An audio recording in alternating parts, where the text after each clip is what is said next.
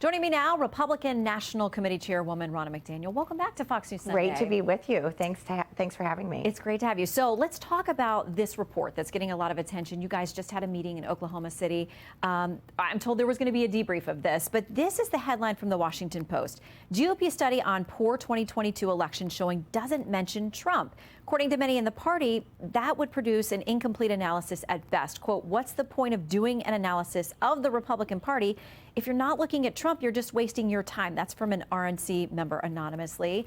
The former president is clearly the biggest voice in the room for the party. He had great sway in getting candidates through the primaries that didn't do well in the general, missed the chance to retake the Senate. How can you break down 2022 without talking about that president? Well, let me say, first of all, the Washington Post does not have a final draft because there is not a final draft. Many of the committees have not completed that, so that's inaccurate reporting. What I will say is the biggest takeaway we're taking is independents did not break our way, which has to happen if we're going to win in 2024, which usually that's what causes that red wave. And abortion was a big issue in key states like Michigan and Pennsylvania. And so the guidance we're going to give to our candidates is you have to address this head on. The Democrats spent $360 million on this, and many of our candidates across the board refuse to talk about it, thinking, oh, we can just talk about the economy and ignore this big issue, and they can't. Yeah, and there's still people, though, advising Republicans that way, saying this issue is bad for you, it's cost you, don't do it. But you have said you got to take it head on. You want people to articulate not only the Republican position, but the Democrat position. And yet so many of them, when they're forced candidates or potential candidates to talk about it, they seem to still struggle with the answer. Yeah, they're uncomfortable, but they can't be. And it's not just talk about it once. The Democrats are putting $360 million against you on TV in lies. So those lies become the truth if you don't fight back. So you need to say, listen, I'm proud to be pro-life.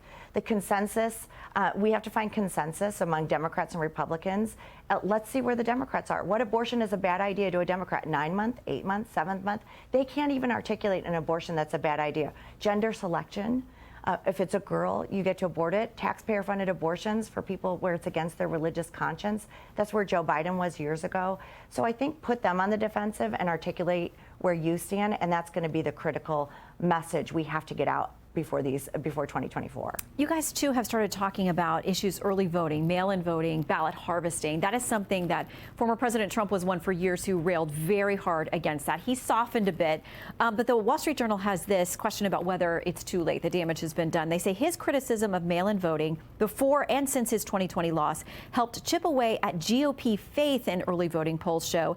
Party strategists say that's actually contributed to election defeat. So in 2020, nationwide, roughly 60% of Democrats voted early, and about 30% of Republicans. That had been more equal in 2016. So how do you now convince people to embrace these methods that you say you need to win when there's been such a negative connotation around them? What I would say is we did it pretty successfully in 2022 in states like Florida and North Carolina and Ohio. So even with ballot harvesting, we beat Democrats in 3 statewide races in Nevada. We did it in California to win the Duarte seat, and obviously in Montana for Zinke. So we're doing it. The process is key. I would say the Democrats, though, invest more in that.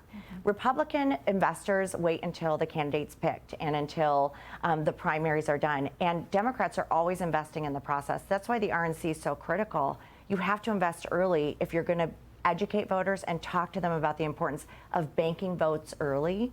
And we need to do that. Bank your vote, then go be a poll watcher and sign up to work on Election Day. But that's something we're continually working on. But we did better than that, than I think the media is saying. A state we do need to improve on that in is Pennsylvania. Okay, and that's such a critical state in so many of these races nationally and the Senate races and others, the gubernatorials. So let's talk about debates, yes. Because those are coming. President Trump has said that nobody consulted him or his campaign about the debates you have announced thus far. I'm assuming you're in conversations with all of these campaigns. Is that accurate? Yeah, we're talking to all the campaigns and potential campaigns, right? Because not everybody's announced yet. I've talked to President Trump. Dave Bossie, who's running the debate committees, talked and met with all the candidates. Yes, we're talking with them all the time. But no, we're not asking them where should we have it, who should be the moderators. That would be inappropriate. What I do know is we're going to have a great field, and the next president of the United States is going to be on our debate stage. So he has said some things about whether or not he'll be on that debate stage. Let me play a little bit of what he said a couple days ago.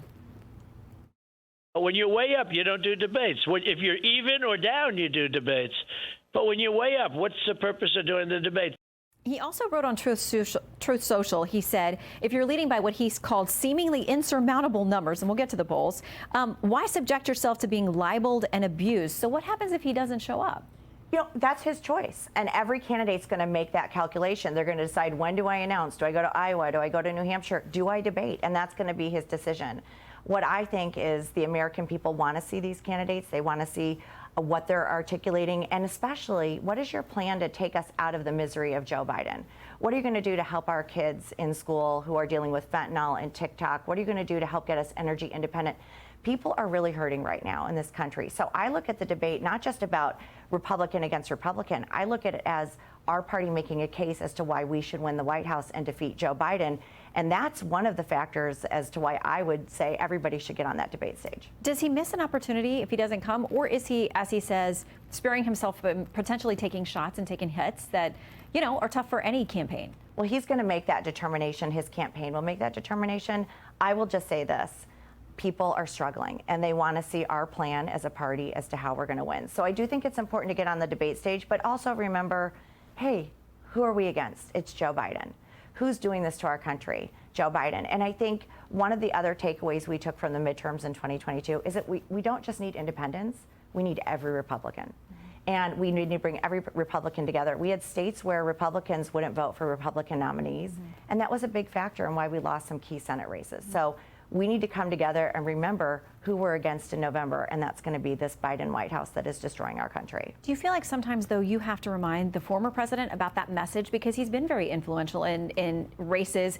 I think back to Georgia, you know, a couple of cycles back, where people felt like they weren't going to show up because he told them that something unfair was going on. I think there's a lot of people that need to be reminded that we need to remember that it's Joe Biden. And I think the voters feel that. They feel that angst. And they say that to me all the time. We need party unity. We need to bring everybody together, because what they're doing to our country is frightening. We're not going to have the America we know and love if this continues. If they stack the Supreme Court, if they get rid of the filibuster, if they abandon energy independence, if they're so beholden to China. I mean, look at China is running this White House in a lot of ways. China is the reason fentanyl's coming across our border. China is taking our kids' data on TikTok. We sold our strategic petroleum reserves to China. This is an administration that is more China first than America first, and the American people want a president who cares about them. All right, let's talk about the strategy that this president currently has to go back into 24. They say basically they want to do what they did in 2020. It worked for him, and what they think worked in the midterms in 2022. Lay low, keep the spotlight on what they like to call MAGA extremists in your party. One op-ed piece in the New York Times put it this way: Mr. Biden's biggest advantage might not come from anything he has actually done. Instead, it might come from the chaos among Republicans. This is welcome news for the president, who's fond of telling voters, and we both heard him say it last night, don't compare me to the almighty, compare me to the alternative. Democrats want to point to a split in the party about everything from whether President Trump should be your nominee to where to draw the line on abortion, how to have that conversation. How worried are you about the president's message there, that he's going to point to you guys and say to America, they're too divisive, they're too extremist, you can't trust them? Well, we're seeing this happen, right? And I'm not surprised he's going to hide. He's hid from the press. He's hid from the American people. He doesn't take tough questions. He doesn't have to answer for anything, any of the scandals that he has in his presidency. So he's going to hide again, and most of the media will allow him to do that. But I do think he's right about one thing. We cannot win if we're not united.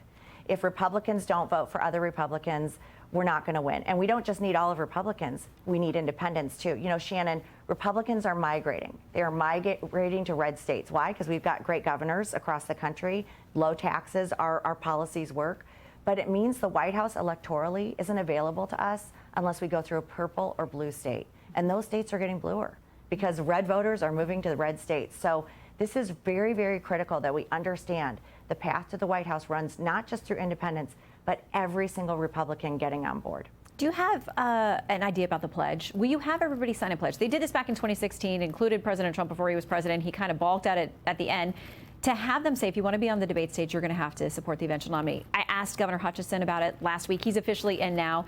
He didn't like the sound of the pledge. What's the status? So let me ask a Republican voter, go to our voters and say, do you think it's so critical if you get on the Republican National Committee debate stage that you're going to support the eventual nominee? And everyone will say yes. They do not want to see somebody take up our time and talk about all these things unless they're pledged to beat Joe Biden. They don't have to like each other. They don't have to hang out after this. I don't care about that. I want you to be focused on beating Joe Biden. And that pledge is critical to the voters who don't want to see Republicans come out of this and focus more on each other than winning the White House. I want to quickly ask you about cultural issues, because we've got some new polling on this. On the issue of trans issues, polling higher is people are more worried, voters are, about attacks on trans families than they are about trans people competing in sports. When asked about issues involving schools, the top concern you can see here was book banning.